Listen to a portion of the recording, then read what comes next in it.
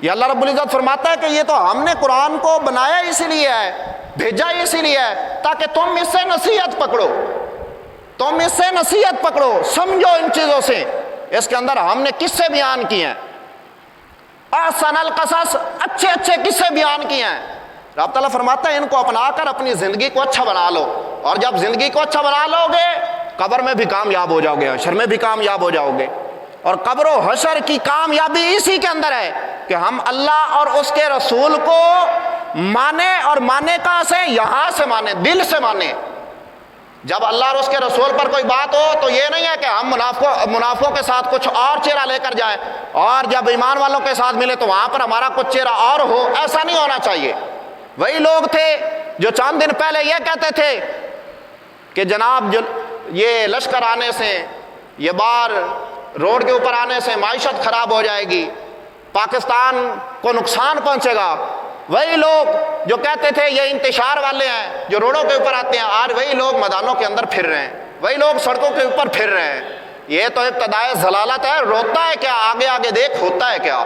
یہ تو ابتدائے ضلالت ہے۔ تم نے رسول اللہ صلی اللہ تعالیٰ علیہ وآلہ وسلم کے غلاموں کو تنگ کیا، تم نے رسول اللہ صلی اللہ تعالیٰ علیہ وآلہ وسلم کے غلاموں پر شل برسائے، تیزاب پھینکا۔ یہ تو ابتدائے بچے، آگے دیکھ ہوتا ہے کیا؟ اب تو اس سے تو برداشت ہی نہیں ہوا نا، تو نے کہا ہم 6 دن کے بعد نکلے گے، ہم انتظار کر رہے ہیں کہ تو آتا کب ہے، تو آتا کب ہے۔ یہ میدانوں کے اندر مردوں کا کام ہوتا ہے، یہ میدانوں کے اندر جوان مردوں کا کام ہوتا ہے، اور مرد وہ ہوتے ہیں جو اعلان کر کے پھر آ کر کھڑے ہوتے ہیں اور کہتے ہیں کہ ہم ہیں لبیک یا رسول اللہ کی صدا لگانے والے، اور ہم تب تک واپس نہیں جائیں گے جب تک رسول اللہ صلی اللہ تعالیٰ علیہ وآلہ وسلم کی ناموس پر پہرا نہیں دیا جائے گا۔ تم اپنی سیاست کو چمکانے کے لیے میدان میں آتے ہو، اور رسول اللہ کے غلام اپنے نبی سے وفا کرنے کے لیے میدان میں آتے ہیں، بس فرق صرف اتنا سا ہے۔ تم سیاست کے لیے، پاؤنڈ ریال کے لیے، یہ آمنہ کے لال کے لیے میدان کے اندر ہیں، تو جو رسول اللہ کے لیے آ رہے ہیں رسول اللہ تو ان کو دیکھ رہے ہیں نا، ان کو تو قبر حشر بھولی ہوئی ہے۔ حضرت امام حسن بصری رحمۃ اللہ علیہ، آپ تابعی بزرگ ہیں، اور تابعی اسے کہتے ہیں جس نے صحابی کی زیارت کی ہو، اور حضرت امام حسن بصری وہ بزرگ ہیں جنہوں نے حضرت مولا علی رضی اللہ تعالی عنہ سے وضو کرنے کا طریقہ سیکھا ہے۔ آپ ایک دن، اور اب ان کا مقام کیا ہے، آپ ایک دن نا تقریر کر رہے تھے، واعظ فرما رہے تھے، آپ تقریر کر رہے تھے، حضرت مولا علی رضی اللہ تعالیٰ عنہ کا گزر ہوا، آپ نے ان کا واعظ سنا، تقریر سنی، تو آپ نے کہا سبحان اللہ۔ حضرت مولا علی رضی اللہ تعالیٰ عنہ فرما رہے سبحان اللہ۔ آج آپ جو یہ کہتے ہیں نا تقریر سنتے ہوئے سبحان اللہ، تو آپ سے اگر کوئی پوچھ لے کہ جناب یہ سبحان اللہ کیوں کہتے ہو، تو اس کو کہو ہم حضرت علی رضی اللہ تعالیٰ عنہ کے طریقے پر عمل کرتے ہیں، اور جب کوئی اچھی بات سنی جائے، جب واعظ سنا جائے تو سبحان اللہ کہنا حضور صلی اللہ تعالیٰ علیہ وآلہ وسلم کے غلاموں کا طریقہ ہے۔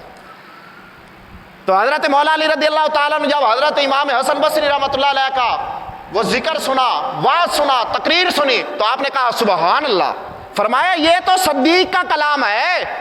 سبحان اللہ کہنے کے بعد فرمایا یہ تو صدیق کا کلام ہے، سچے کا کلام ہے، سچی بات کرنے والے کا کلام ہے۔ یہ حضرت مولا علی رضی اللہ تعالیٰ عنہ حضرت امام حسن بصری رحمۃ اللہ علیہ کے بارے میں فرما رہے ہیں، اور حضرت امام حسن بصری رحمۃ اللہ علیہ، آپ دیکھیں کہ ان کو آخرت کی کتنی فکر ہے۔ ایک دن گئے ہیں دریا کے اوپر، دریا گزرنا تھا، جیسے ہمارے ادھر چکوک کے اندر یہ دریا کے اوپر بیڑیاں وغیرہ لگی ہوتی ہیں، لوگ اس کو کراس کر کے آگے جاتے ہیں، تو ایسے ہی آپ نے وہ کشتی کو ڈھونڈنا چاہا کہ کشتی آ جائے، اس انتظار میں کھڑے تھے، کشتی آئے میں دوسری طرف سے چلا جاؤں، وہاں پر کھڑے ہیں، تو آپ کے جو تربیت یافتہ شاگرد تھے جن کا نام ہے حضرت حبیب اجمی رحمۃ اللہ علیہ، آپ آئے وہاں سے، آپ نے پوچھا حضور خیر ہے آپ یہاں پر کھڑے ہیں، خیر ہے آپ یہاں پر کھڑے ہیں؟ آپ نے فرمایا کشتی کا انتظار کر رہا ہوں، کشتی آئے میں دوسری طرف جانا چاہتا ہوں، کشتی کے انتظار میں کھڑا ہوں اس لیے۔ آپ نے فرمایا حضور اللہ پر بھروسہ کیجیے اور پانی سے گزر جائیے۔ یہ آپ کے شاگرد نے کہا اللہ پر بھروسہ کیجیے، پانی سے گزر جائیے۔ آپ نے یہ بات کی، حضرت حبیب اجمی رحمۃ اللہ علیہ نے یہ بات کی، آپ دریا کے اوپر سے پانی چل رہا تھا، پانی کے اوپر سے آگے گزر گئے۔ حضرت امام حسن بصری رحمۃ اللہ علیہ یہ منظر دیکھ رہے تھے، آپ غش کھا کر بے ہوش ہو گئے، بے ہوش ہو گئے۔ جب ہوش آیا تو لوگوں نے پوچھا حضور خیر ہو، آپ کیوں بے ہوش ہو گئے ہیں؟ آپ کیوں بے ہوش ہو گئے ہیں؟ وجہ کیا بنی ہے؟ آپ نے فرمایا میں یہ سوچ رہا ہوں کہ میں یہاں پر کھڑا تھا، میں بھی اس طرف جانا چاہتا تھا، دریا کو کراس کرنا چاہتا تھا، دوسری طرف جانا چاہتا تھا، لیکن تھا میں کشتی کے انتظار میں، لیکن حبیب آیا ہے، وہ خاموشی سے اوپر سے گزر گیا، اس کو نہ تو پانی نے غرق کیا نہ اس کو کوئی نقصان ہوا۔ میں یہ سوچ رہا ہوں اور یہ سوچ کر میں غش کھا کر بے ہوش ہو گیا کہ کل قیامت کے دن اگر لوگ ایسے ہی گزر گئے اور میں ایسے ہی پیچھے رہ گیا تو پھر میرا کیا بنے گا؟ لوگ ایسے ہی گزر گئے اور میں غش کھا کر یہاں پر اس لیے گرا ہوں، قیامت کے دن لوگ اگر ایسے ہی گزر گئے اور میں ایسے ہی رہ گیا تو قیامت کے دن میرا کیا بنے گا؟ آپ نے فرمایا اس بات نے مجھے بے ہوش کر ڈالا۔ اور بعد میں حضرت حبیب اجمی رحمۃ اللہ علیہ سے آپ نے پوچھا، آپ نے فرمایا بتا تو اس دن ایسے کیسے گزر گیا، تو اس دن ایسے کیسے گزر گیا؟ آپ نے فرمایا حضور یہ سارا آپ ہی کا تو کرم ہے، سارا آپ ہی کا تو کرم ہے۔ آپ کے شاگرد جو تھے عرض کرتے حضور سارا آپ ہی کا کرم ہے۔ آپ نے وہاں تب ایک جملہ فرمایا، آپ نے فرمایا یہ عاجزی ہے آپ کی، ورنہ آپ بھی صاحب کرامت تھے، اور کتابوں میں لکھا ہوا ہے کہ آپ، یہ آداب حسن بصری رحمۃ اللہ علیہ کتاب ہے، اس کے 23 نمبر صفحہ پہ یہ بات موجود ہے، یہ جو ابھی میں نے بیان کی ہے 23 نمبر صفحہ ہے، اس پہ یہ بات موجود ہے، آداب حسن بصری 23 نمبر صفحے پہ یہ بات موجود ہے۔ آپ نے آگے بیان کیا، اور آپ ایسے بزرگ ہیں کہ لوگ لکھتے ہیں کہ آپ پانی کے اوپر پر مصلی بچھا کر نماز پڑھ لیا کرتے تھے، پانی کے اوپر مصلی بچھا کر۔ ایسے بزرگ ہیں، ایسے پائے کے بزرگ ہیں، صاحب کرامت ہیں۔ آپ نے اپنی عاجزی دیکھے کہ ان کے اندر عاجزی کتنی ہے، انہوں نے اپنی اصلاح کیسے کی۔ یہ نہیں دیکھا کہ وہ میرے شاگرد ہے، میں ان سے بڑا ہوں، رتبے کے اندر بڑا ہوں، مقام کے اندر بڑا ہوں، یہ نہیں دیکھا، بلکہ اپنی اصلاح کی کہ قیامت کا دن ہوگا۔ ان کی سوچ دیکھیں، فکر دیکھیں، دنیا داری کی نہیں ہے، آخرت کی فکر ہے کہ قیامت والے دن کیا ہوگا۔ حضرت امام حسن بصری رحمۃ اللہ علیہ نے فرمایا، تاریخی جملہ فرمایا، آپ نے فرمایا میں نے صرف لوگوں کو علم دیا لیکن اس سے میں نے خود نفع حاصل نہ کیا۔ میں نے لوگوں کو علم پڑھایا، سکھایا۔ آپ کے شاگرد جو تھے حضرت حبیب اجمی، آپ نے فرمایا کہ میں نے لوگوں کو علم پڑھایا لیکن اس علم سے میں نے خود نفع حاصل نہ کیا۔ یہ آپ کی عاجزی اور انکساری کا مقام ہے۔ اور امام احمد رضا خان بریلوی علیہ رحمہ، آپ نے تو بات ہی کچھ اور کر دی۔ آپ فرماتے ہیں کہ جب رسول اللہ صلی اللہ تعالیٰ علیہ وسلم معراج پر گئے نا، تو حضور صلی اللہ تعالیٰ علیہ وسلم سے حضرت جبرائیل علیہ السلام نے عرض کی، یا رسول اللہ صلی اللہ تعالیٰ علیہ وسلم میں اب یہاں پر ہوں، میں آگے نہیں جا سکتا، میری یہاں پر منزلیں ختم ہو گئی ہیں، اب آگے آپ جانے، اللہ جانے، میں تو واپس لوٹنے والا ہوں، میں آگے نہیں جاؤں گا، اگر آگے گیا تو میں بچوں گا نہیں۔ تو حضور صلی اللہ تعالیٰ علیہ وسلم نے فرمایا، حل لک حاجتن، کوئی حاجت ہے تو بتا، کوئی حاجت ہے تو بتا۔ آپ نے فرمایا ایک دن میرے حضرت جد امجد حضرت ابراہیم خلیل اللہ علیہ السلام کو جب چیخ کے اندر پھینکا جا رہا تھا تو نے کہا تھا، حل لک حاجتن، کوئی میرے لیے کوئی ہے بات تو آپ بتائیے۔ تو میرے دادا نے کہا تھا کہ نہ میں اللہ کی خاطر جا رہا ہوں، اللہ کی رضا کے لیے جا رہا ہوں، اللہ دیکھ رہا ہے، وہی میرے معاملات کو دیکھ رہا ہے، بس اسی کے سپرد ہے۔ فرمایا آج میں وہ تیرا احسان جھکانے لگا ہوں، تو نے جو وہاں پر کیا تھا نا اللہ کا حاجتن کہہ کر، آج تو بتا اللہ کا حاجتن، تیرے لیے کیا حاجت ہے بتا، آج تیری حاجت کو پورا کیا جائے گا۔ حضرت جبرائیل علیہ السلام نے عرض کیا، یا رسول اللہ صلی اللہ تعالیٰ علیہ وسلم، میری یہ تمنا ہے کہ کل قیامت کے دن جب آپ کے غلام پل صراط سے گزر رہے ہو نا، تو آپ اللہ کی بارگاہ میں عرض کیجئے، دعا کیجئے کہ جب آپ کے غلام گزر رہے ہوں تو مجھے حکم دیا جائے کہ میں اپنے نورانی پروں کو بچھا دوں اور آپ کے غلام میرے اس نورانی پروں کے اوپر سے گزر جائیں۔ اللہ کی بارگاہ میں یہ دعا کر دیجئے کہ میں اپنے نورانی پروں کو بچھا دوں پل صراط پر، اور آپ کے غلام پل صراط کے اوپر میرے پروں سے گزر جائیں، یہ اللہ کی بارگاہ میں عرض کر دیجئے۔ حضرت امام احمد رضا رحمۃ اللہ علیہ نے جب یہ بات پڑھی تو آپ وجد میں آ گئے۔ آپ نے فرمایا، یا رسول اللہ غلام ہم آپ کے ہیں اور احسان لیں جبرائیل علیہ السلام کا، غلام ہیں ہم آپ کے اور احسان لیں ہم جبرائیل علیہ السلام کا۔ یا رسول اللہ ہمیں جبرائیل علیہ السلام کا ممنون احسان نہ فرمانا بلکہ اپنا کرم فرمانا۔ آپ نے پھر اپنے شاعرانہ انداز میں کہا، آپ فرماتے ہیں کہ پل سے اتارو کے راہ گزر کو